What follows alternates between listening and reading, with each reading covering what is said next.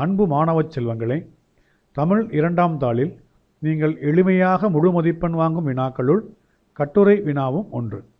இங்கு கொடுக்கப்பட்டுள்ள குறிப்புகளை பயன்படுத்தி கட்டுரைகளை பயிற்சி பெறுங்கள்.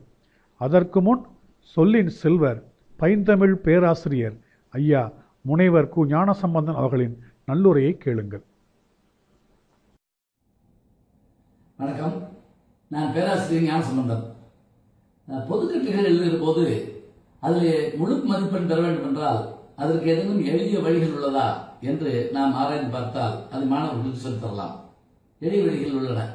எப்படி? தலைப்பு, அந்த தலைப்பையே நாம் கவிதையாக மாற்றிக்கொள்ளுதல் ஒன்று. முன்னுரை எழுதுகிற போது மேற்கோளால் அந்த முன்னுரையை அலங்கரித்தல் 2. உட்தலைப்புகள் தனித்தனியாக எழுதல் 3. மேற்கோள்கள் மூலமாக அரிய செய்திகளை தருதல் 4. முடிவுரை எழுதுகிற போது மேலே சொன்ன செய்திகளை எல்லாம் தொகுத்து அதற்கு எண்ணிட்டு இவ்வாறாக இந்த கட்டுரை மூலமாக நாம் செய்தியை கூறுகிறோம் என்று சொன்னால் அது முடிவுரை. இப்படி ஒரு முறையை வகுத்துக் கொண்டு நாம் கட்டுரை எழுதினால் நிச்சயமாக முழு மதிப்பெண் பெறலாம். ஒரு எடுத்துக்காட்டு சொல்கிறேனே, சுற்றுப்புற சூழல் இது பற்றி கேட்கிறார்கள் நம்முடைய பொதுக்கட்டுரையில். நாம் என்ன செய்யலாம்? ஒரு நிமிடம் யோசித்து பூமி நம் தாய் என்று ஒரு புது தலைப்பாக நாம் உருவாக்கிக் கொள்ளலாம். மேலே இருப்பது அதே தலைப்பு தான், பூமி நம் தாய் அல்லது அன்னை பூமி சொல்லிட்டு உள்ள போகலாம்.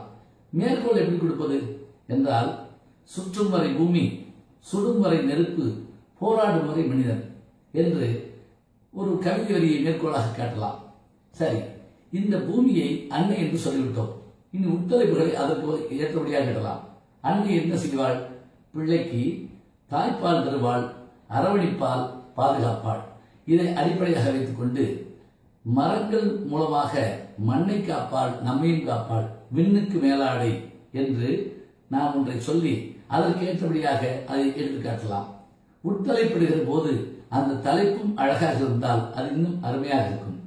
உள்ளே நுழைகிற போது பத்திகளாக பிரித்தல், முழுவதுமாக எழுதி கொண்டு செல்லாமல் சிறு சிறு வாக்கியங்களாக நாம் பத்திகள் பிரித்து எழுதலாம். அடுத்தபடியாக கட்டுரையை முடிக்கிற போது முடிவுரை என்று போட்டு முன்னுரையிலே சொல்லுகிற போது இந்த கட்டுரையில் இந்த செய்தியை காண இருக்கிறோம், இது முன்னுரை. முடிவுரையிலே இதுவாறு கூறிய செய்திகளின் மூலமாக நாம் இவற்றையெல்லாம் தெரிந்து கொண்டோம். அதனால் அன்னை நம்மை வளர்ப்பு தாய் இல்லை, அன்னை என்பவள் நமக்கு வளர்ப்பு தாய் இல்லை, அன்னை என்பவள் நம்மை பெற்ற தாய். பூமியும் அதுபோலதான். அதனால் பூமியை பாதுகாப்போம், அன்னையை பாதுகாப்பது போல என்று கட்டுரை முடித்தால் நிச்சயமாக முழு மதிப்பெண் பெற வாய்ப்பு இருக்கிறது. மறக்க வேண்டாம், மேற்கோள்களால் மதிப்பெண்ணை கூட்டலாம், தலைப்பிடுதலால் தனி மதிப்பெண் பெற முடியும். பத்தி பிரித்து எழுதுவதன் மூலமாக திருத்துகின்ற ஆசிரியருக்கு இடர்பாடு இல்லாமல் நாம் நம்முடைய நடையை கொண்டு செல்லலாம். முடிவுரையிலே நாம் தருகிற செய்தி கட்டுரையின் சாரமாக 1, 2, 3 என்று எண்ணிட்டு கூட அந்த கட்டுரையினுடைய தொகுப்பை கொடுப்போமே, ஆனால் அந்த முடிவுரை மிக அழகாக அமையும். இவ்வாறாக பொதுக்கட்டுரைக்கு நாம் அஞ்சாமல், ஏனென்றால் அது நாம் மனப்பாடம் செய்ய வேண்டியதில்லை, நாம் படித்த செய்தியை வைத்துக் கொண்டு நாம் அதை பாராட்டப் போகிறோம். இப்படி பொதுக்கட்டுரை எழுதுவதற்கு மாணவர்களை நாம் பழக்கிவிட்டோம் என்று சொன்னால் நிச்சயமாக தனியாக படித்துவிட்டு வர வேண்டியதில்லை. அவர்கள் படித்ததை வைத்துக் கொண்டு மதிப்பெண் பெற முடியும். வெற்றி அவர்களுக்குத்தான். முழு மதிப்பெண்ணை பொதுக்கட்டுரையில் பெறுவோம். மழைநீர் சேகரிப்பு என்ற கட்டுரை மாதிரி இங்கு கொடுக்கப்பட்டுள்ளது. நீங்கள் பார்க்கும் வினாத்தாளில் இவ்வாறாக மழைநீர் சேகரிப்புக்கான குறிப்புகள் வழங்கியிருப்பார்கள். நீரின் இன்றியமையாமை, மழைநீர் சேகரிப்பு, சேமிப்பின் அவசியம், சேகரிக்கும் வழிகள், உயிர்த்துளி. இக்குறிப்புகளை பயன்படுத்தி நீங்கள் குறிப்பு சட்டகம் அமைத்து கட்டுரையை தொடங்க வேண்டும். மழைநீர் சேகரிப்புக்கான குறிப்பு சட்டகத்தை இவ்வாறு அமைக்கலாம். முன்னுரை, நீரின் இன்றியமையாமை, மழைநீர் சேகரிப்பு, சேமிப்பின் அவசியம், சேகரிக்கும் வழிகள், உயிர்த்துளி. முடிவுரை. முன்னுரையும் முடிவுரையும் வினாத்தாளில் வழங்கப்பட்டிருக்காது. நீங்கள் அதனை குறிப்பு சட்டகத்துடன் இணைத்து பயன்படுத்த வேண்டும்.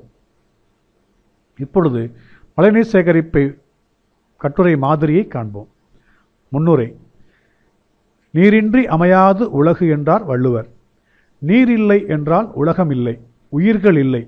அத்தகைய நீரை சேமிப்பதின் அவசியத்தை இக்கட்டுரையில் காண்போம். நீரின் இன்றியமையாமை. தாயில் சிறந்ததொரு கோயிலும் இல்லை என்பது போல தண்ணீரிலும் சிறந்ததொரு உயிர் காப்பும் இல்லை. உயிரின் அடிப்படை தேவைகளுள் நீர் இன்றியமையாதது. பூமி உயிர்ப்புடன் இருக்க மழையே காரணம். நீர்நிலைகள் நிரம்பிவிட்டால் உலகில் எந்த உயிரினமும் வாழ முடியாது. மழைநீர் சேகரிப்பு. மழைநீர் உயிர்நீர் என்பதை உணர்ந்து மழைநீரை சேமிக்க வேண்டும்.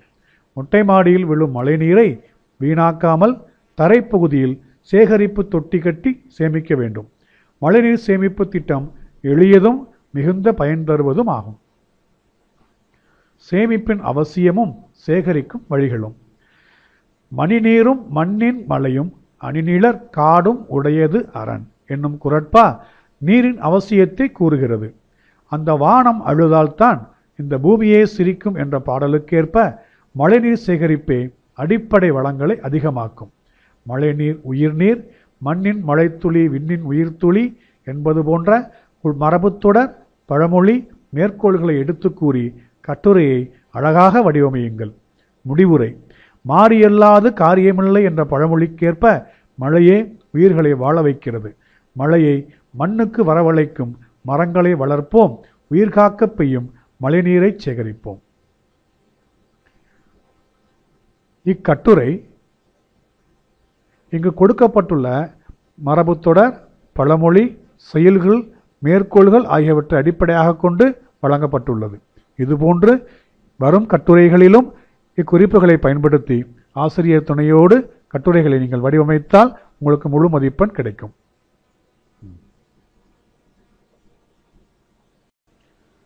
மாதிரி கட்டுரையை பார்த்தோம் அல்லவா? முதலில் வினாத்தாளில் கொடுக்கப்பட்டுள்ள வினாவினை நன்கு படியுங்கள். குறிப்பு சட்டகம் அமையுங்கள். இங்கு கொடுக்கப்பட்டுள்ள மேற்கோள் பழமொழி மரபுத் தொடர்களை ஆங்காங்கே கையாண்டு கட்டுரை எழுதி பயிற்சியிடுங்கள். ஆசிரியர்கள் மாணாக்கருக்கு வழிகாட்டுங்கள். இங்கே நூலகம், வினாவில் கேட்கப்படக்கூடிய வினா, குறிப்பு சட்டகம் அமைத்தல், குறிப்புகள் வழங்கப்பட்டுள்ளன.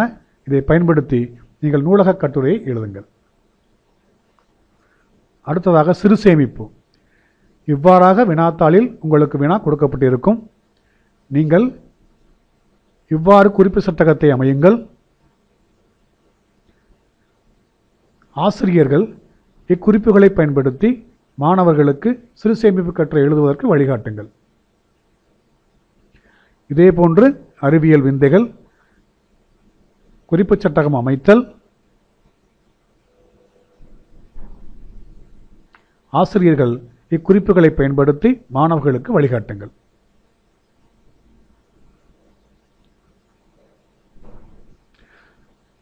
கட்டுரை பயிற்சியில் மிக முக்கியமான வினாவாக இது கருதப்படுகிறது. சுற்றுச்சூழல் பாதுகாப்பு. சுற்றுப்புறச் சூழல், மாசுபடுதல், மாசு கட்டுப்பாடு, மழைநீர் சேகரிப்பு, உலகை காப்போம். இவ்வாறாக உங்களுக்கு வினா கொடுக்கப்பட்டிருக்கும். நீங்கள் இதை பயன்படுத்தி குறிப்பு சட்டகம் அமையுங்கள். இக்குறிப்புகளை பயன்படுத்தி கட்டுரையை செம்மையாக எழுதுங்கள். தேசிய ஒருமைப்பாடு. வினா இவ்வாறு உங்களுக்கு வழங்கப்பட்டிருக்கும். இவ்வாறாக நீங்கள் குறிப்பு சட்டகத்தை முன்னுரை முடிவுரையோடு அமையுங்கள்.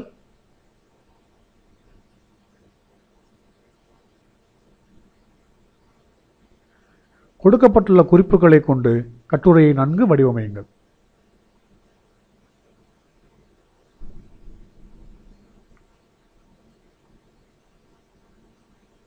தேசிய ஒருமைப்பாடு. இக்குறிப்புகளை பயன்படுத்தி தேசிய ஒருமைப்பாட்டுக்கான கட்டுரையை நீங்கள் வடிவமையுங்கள். தீண்டாமை. தீண்டாமை பாதியில் வந்தது கொடுமைகள் நீக்குவோம், ஒழிக்க உழைத்தோர், தீண்டாமை ஒழிப்பில் அரசு. இவ்வினா கேட்கப்பட்டால் நீங்கள் இவ்வாறாக குறிப்பு சட்டகம் அமையுங்கள். முன்னுரை தீண்டாமை பாதியில் வந்தது கொடுமைகளை நீக்குவோம், ஒழிக்க உழைத்தோர், தீண்டாமை ஒழிப்பில் அரசு. முடிவுரை.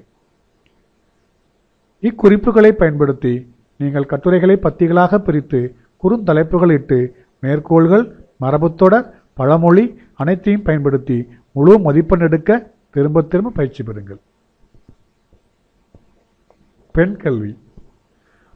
பெண்ணின் பெருமை, பெண்கள் நிலை, பெண் விடுதலை, ஆகிய குறிப்புகளை பயன்படுத்தி குறிப்பு சட்டகத்தை அமையுங்கள்.